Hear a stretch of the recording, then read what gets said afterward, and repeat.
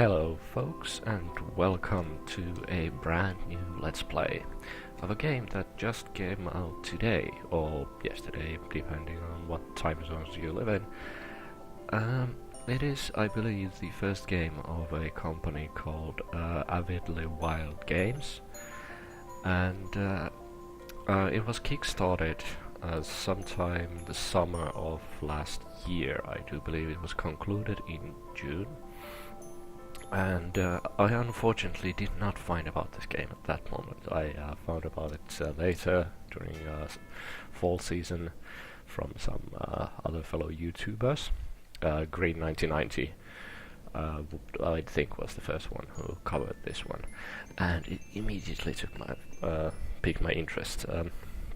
It is an action RPG very similar to such classic indie game as Binding of Isaac, but it does incorporate some interesting elements from other games as well. Sip of my coffee here, and well, yeah, let's actually let the game speak for itself. I have not started a game yet, not even once. This is the only screen I've seen of the game outside of those really early alpha stage videos I've seen, and yeah, I'm really looking forward to this, so let's get right into it.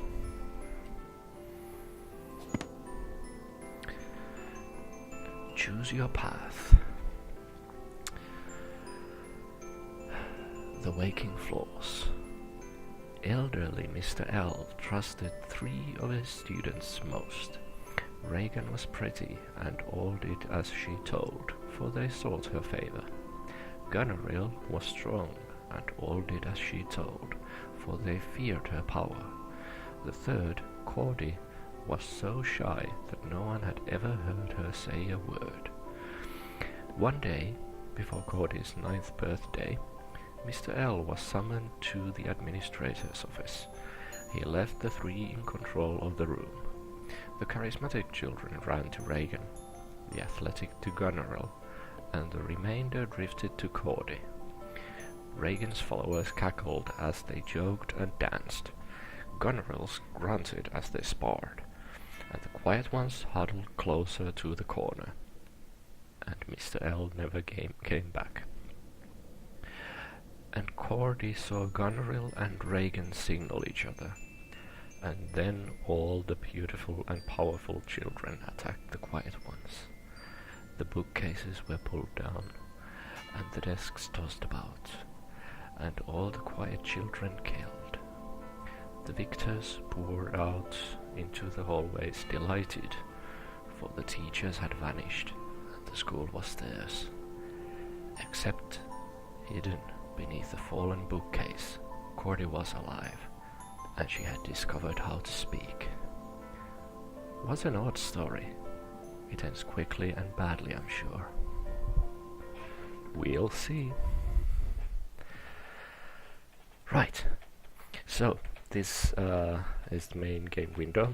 Up there on the where I'm currently standing, yes, you can see the minimap overlay. We move with WASD, shoot with the arrow keys in 4 primary directions. We can use space to roll. We can chain roll for much faster movement. And we can use these juice cartons with Q key to give us a health boost. And C for our character sheet. Those are our current stats. Here's to hoping that those will change soon and get better. And as you can see, we get experience points and level up this game. Ooh, those don't look friendly, not even a tiny little bit, and I cannot damage them. Crap. But I do want to get those coins. There we go. Managed to get both of them. Oh, and already I think this is a mini-boss. Yes. Frothy the Dragon. Whoa.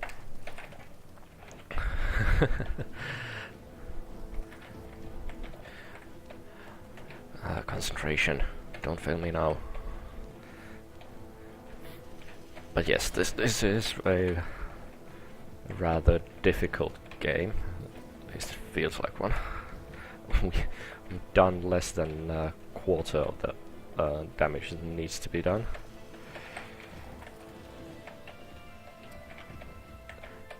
Okay. Ah! Was too absorbed in trying to score some hits and neglected my dodging duties.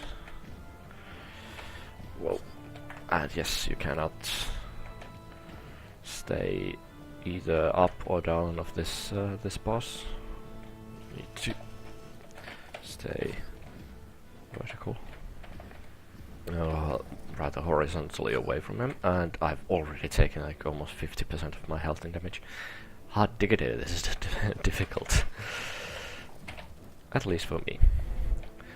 But yes, I just love the story in this game, as well as the atmosphere. Visuals are really pleasing too. Oh, that was actually not a mini boss, that was full first floor area boss.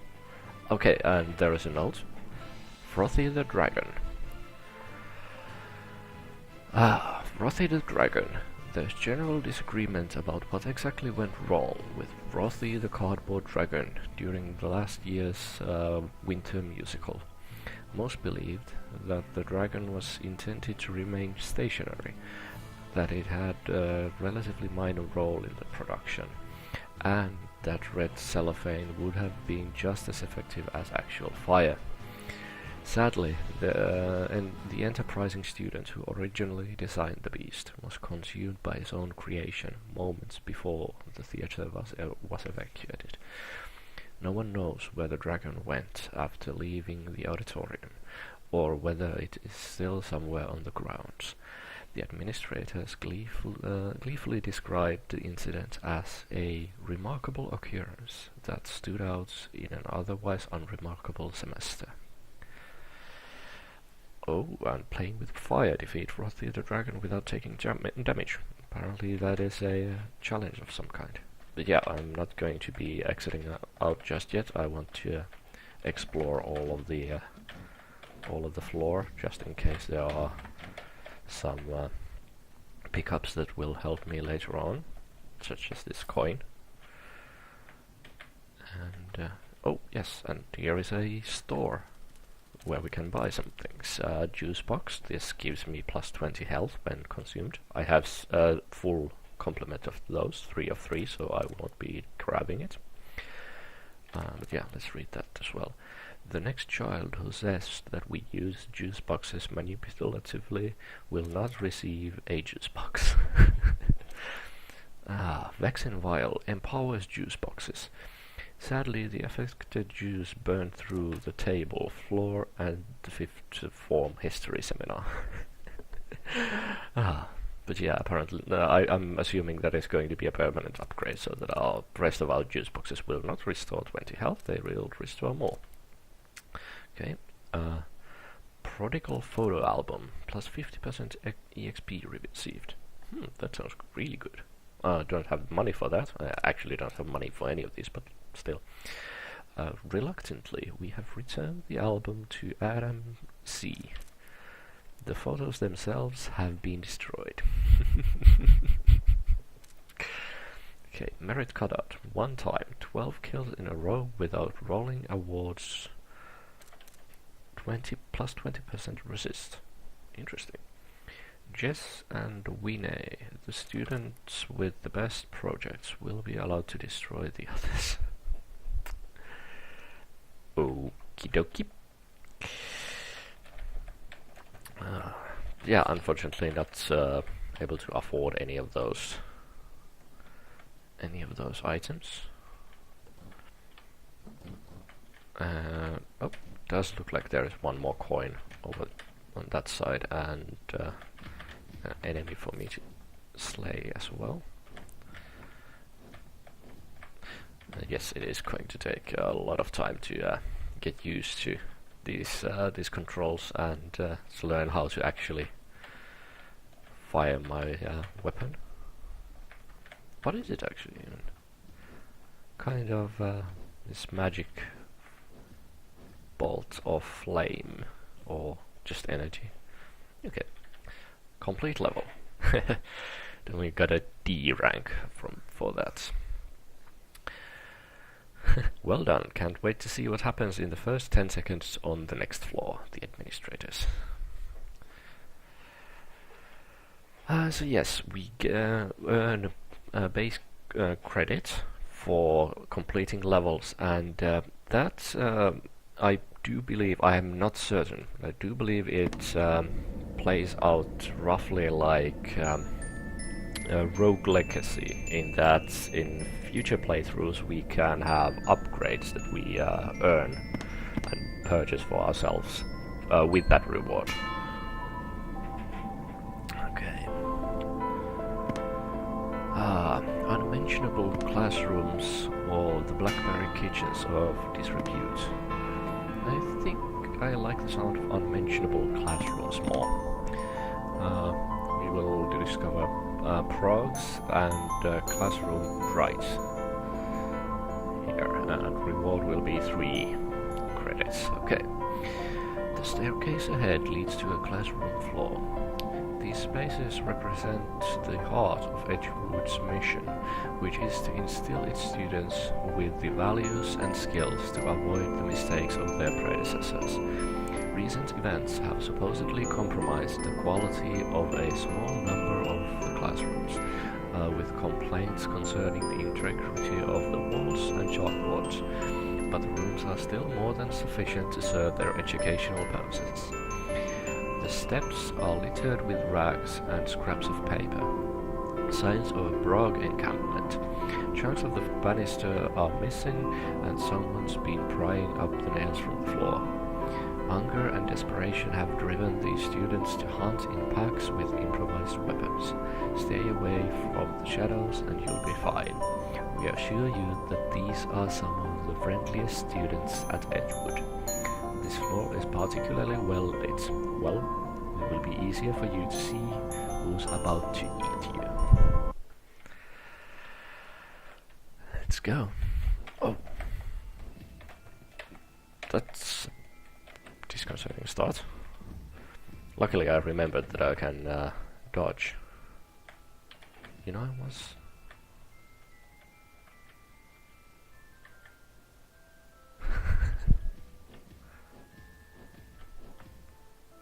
What is this?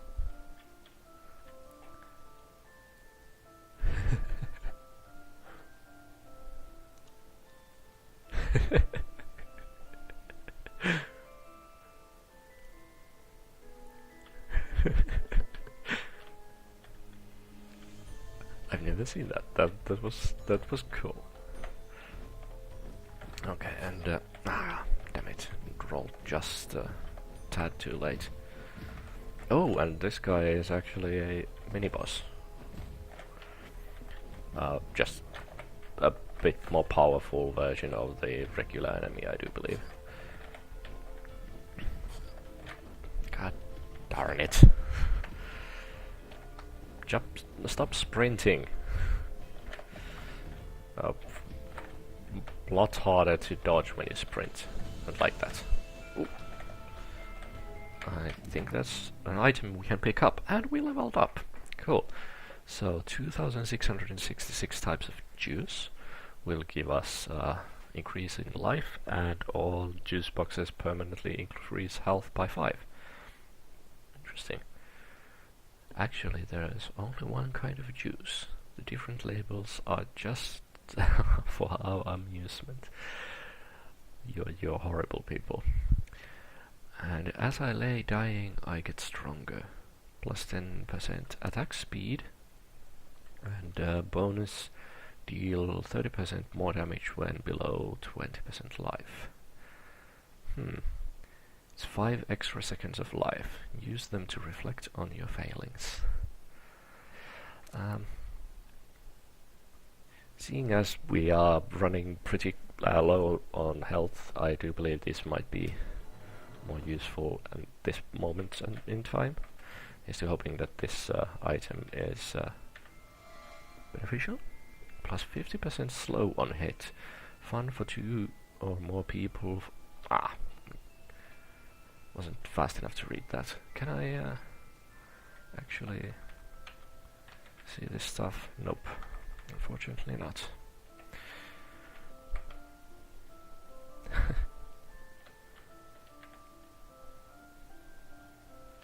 Missed that. Whatever that discussion between the two desks was. Oop. Oh, and those trash cans are alive and shooting at me. Well, that's a thing. I'm taking a whole heck of a lot of damage. And those chalkboards are shooting at me. Well, I do want to dodge these guys and get to that that money up in here. And of course I typed that just about as poorly as can be. Okay, this time I have 8. Still not enough for any of these cool items. I really don't want to spend this money on the juice box. What about this chalk? Chalk clouds harm enemies and block projectiles. Okay, so this is like a defensive item. Harmless wonderful chalk. Okay, Sudsy's ice tray. Enemy shatter when destroyed. This tray commemorates Mark M and all others who tragically crowned Sudsy the inanimate dragon. Okay. Cookies of discipline. Level up instantly on next floor. Students who do not return their cookie at dusk will be deemed immoral. Okay. Yeah, still cannot afford any of that stuff. Who is that guy that ghostly apparition that appears on each room and then just vanishes? Very interesting. Okay. And again.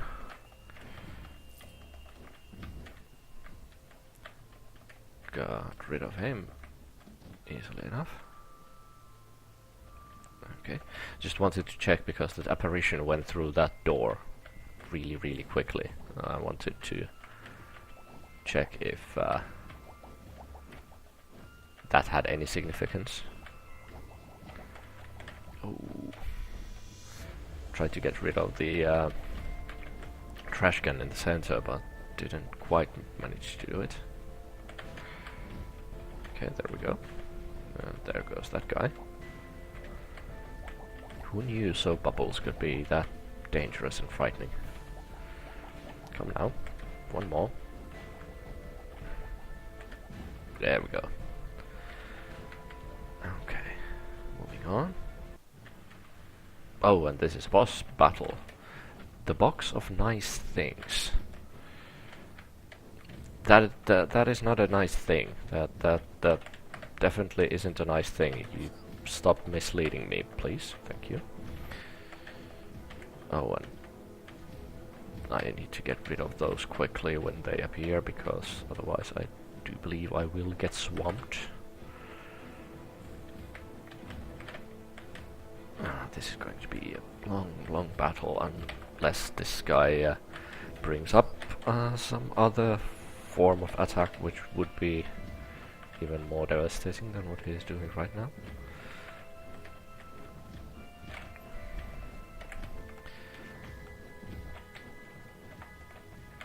This time with a bit of dodging involved. Whoa, yep, I kind of figured there would be something extra nasty coming sooner or later. Oh, but those teeth actually vanish. That is really handy and nice. Okay, time to grab some health.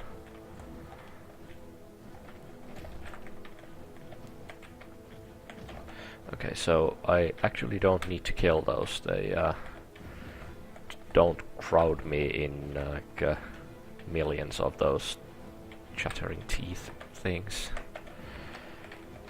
I can try to concentrate on getting the box of presents, box of nice things.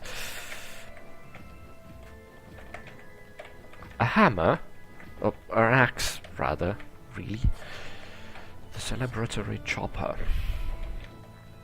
Yes, thank you very much. That's exactly what I needed. Not even a hint of irony on that statement. Yes, I do believe this could be the end of this first run in the game.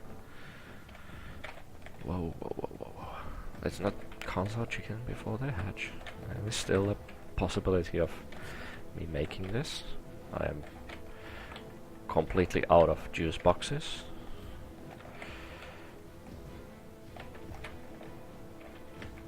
But then again, the enemy isn't insanely overpowered at this point either, so though right now he's so fast that hitting. Yes! Ah, magnificent. The arrival day gifts. Each student receives a gift from the administrators on the anniversary of his or her arrival day. No two gifts have ever been the same. Some are relatively benign, like the slinking device that could walk itself down a flight of stairs while spewing electric sparks. Others are more dangerous, like the mechanical lobster claw that shoot through half a dormitory hall before burrowing into the floor and disappearing. Not all gifts threaten to maul or incinerate their recipients. Some, for instance, are only premonitory. One child received a white feather the day before a hawk dragged him off the terrace. Unsurprisingly, many students prefer to hide their unopened gifts in disused closets or slip them down coal chutes. The administrators frown on this practice, which they consider the absolute height of ingratitude, and punish it severely. Defeat the box of nice things with 4 or more presents still alive. Holy crap. Okay. And another D rank from completing this level. Ew, that ragged thing is still alive. Okay. This will probably end soonish, but okay, a couple of different kitchens. Oh, and these look like they are procedurally generated in that the characteristics of each of these places are a bit different. So in here we find woodworks, and it's a cafeteria with the power struggle, whatever that means. And here we can find brogs, and it's a cafeteria that's gluttonous. I assume these relate to what the floor is like and what we encounter therein. Yeah, let's go with the easier one, just in case we survive a bit longer, and read this text. It also appears that the kitchen text is the same each time, so at some point I can stop reading these before we actually reach the floor. So, the staircase ahead leads to a kitchen floor. These represent the social center of the house, where students gather together to cook and serve each other food. Whether tossing knives to each other, or to set the table, or balancing a cauldron of boiling stew, they approach their tasks with an anxious energy. Shirkers are encouraged to join in by their peers, as none want to risk time in one of the iceboxes. The kitchens, perhaps more than any other area, represent a triumph for Edgewood's values. Then about brogs, I think. The steps are littered with rags and scraps of paper, signs of Brog encampment. Chunks of the banister are missing and someone's been prying up nails from the floor.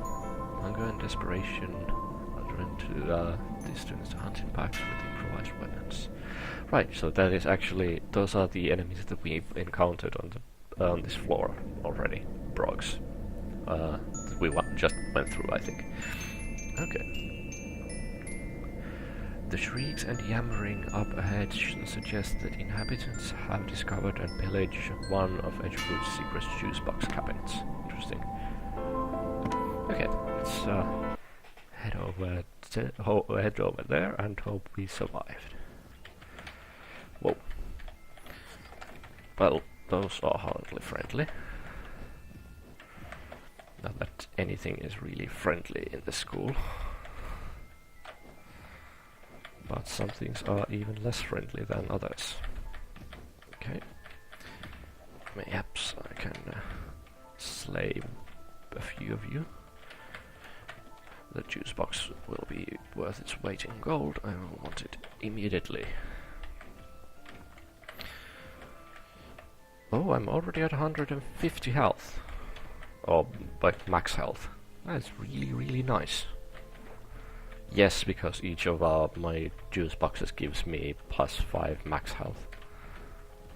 Whoa. Okay, so you wander in random directions and throw caltrops at me? Fair enough. You look really, really sad. I'm quite sorry, actually, to be fighting you.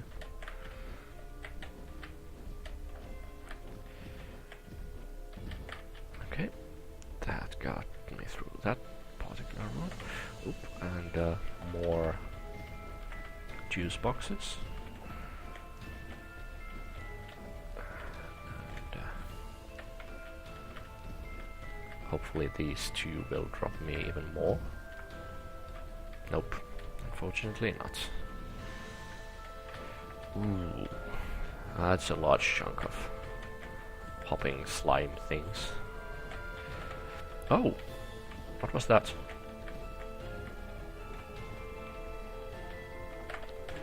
Did it happen when I hit this? Yes! Hey! I can fire at those dog heads up over a cauldron. Okay, that's kind of disturbing.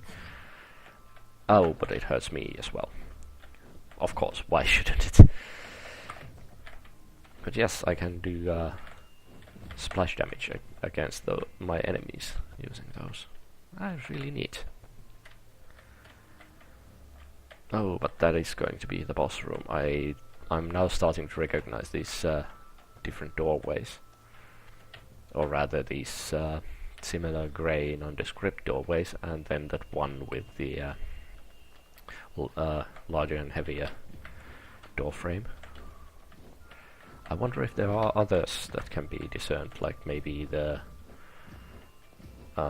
shop room or the vending machine room has a different kind of doorway. Just guessing here. No real clue if that's the case. Solvent bandit. Ah, those so bubbles block my shots as well. That is inconvenient. Oh, and they home in on me. Oh, and I cannot go around that. Ooh, critical hit. Whoa. Almost got me. I'll wait till these expire, thank you. And pick up the enemy shatter when destroyed. Sudsy's ice tray. Okay. So now I am tossing icicles, kind of. I don't know if there's any real point in... Oh, shattering. They shoot out ice shards. Hopefully damage other enemies as well. That's good. Okay. I'm actually been gaining health a bit. Unfortunately, I haven't found any more money, so still just juice boxes and chalks that I can buy. I'd really want to get some of these more expensive things to see what they do. Apple experiment. On use, destroy all projectiles. As Mia M discovered, gravity may be only intermittently present on some floors during renovation. Interesting. So I'll definitely hope that I'll get enough money to buy those, and it doesn't look like the doorway is any way different on the shop room. Well, that is kind of unfortunate. I'd hoped that it would be easier to spot the shop. It would have been really useful whenever things get really hairy to know that there are no enemies that way, and the possibility of finding something good. And I think I just tested out whether I can take damage from those shattered shards myself. Doesn't look like it.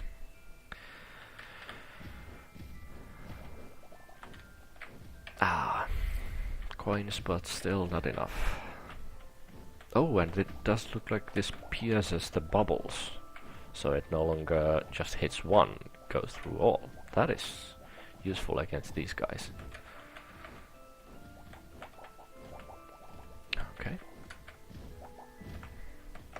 There we go. One more juice box.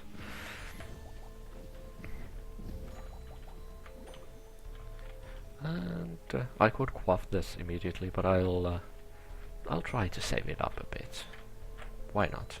And actually, seeing as the last thing I'll face after this is the boss, let me just go and spend my hard-earned money here at this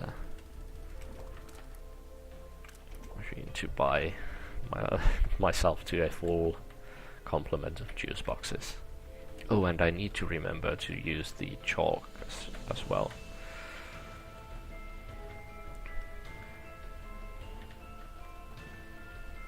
Let's see what the game has to offer to us as a third boss. Okay, cauldrons. Oh, cauldron. Yes. Oh, crikey. This looks bad. Well, it's still possible to dodge these somewhat effectively, but this guy has a lot of health.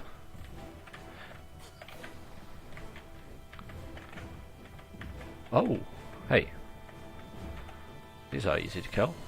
And they are headed towards a cauldron. What does that mean? Will these guys power up the enemy? Yes. If they reach the cauldron, they'll give the boss his health back. Oh, and duplicates. Of course. Because why not? And yes, this gets insanely difficult after just a little while. And I'm almost dead already. I wonder if I could kill this, what's it called, this duplicate of him somehow more easily. I'm glad that they aren't both called the Cauldron of Yesterdays, but... Oh yes, a second helping. That's what it's called.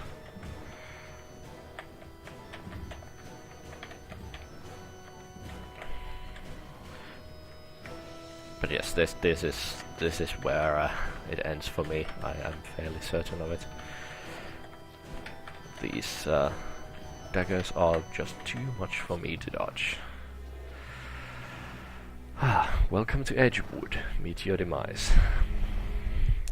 I came surprisingly close to getting the Cauldron of Yesterdays.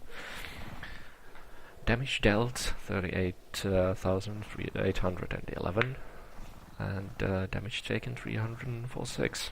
Great falling. You have perished in the halls of Edgewood. Yeah, I did far better than I thought I would on my first go. Now if I only learn how to use those bloody chalks, I think I could have possibly made a better go at this boss. Now that I realize it would have protected me against some projectiles. But yeah, this is. I feel this is going to become a regular staple in my channel. I definitely enjoyed this a whole lot, and yeah, I will be recording more of these soon. So stay tuned. And actually, I don't usually do this, but if this game piqued your interest, do share this video and any other videos of this game you find from other YouTubers, because this game does deserve to get noticed a bit more, a bit more coverage. Because yeah, I do love the aesthetics and the feel of it. It is an awesome game. Anyway, thank you guys for watching, and yeah, join me again later for some more Darker Purpose. See you later. Bye for now.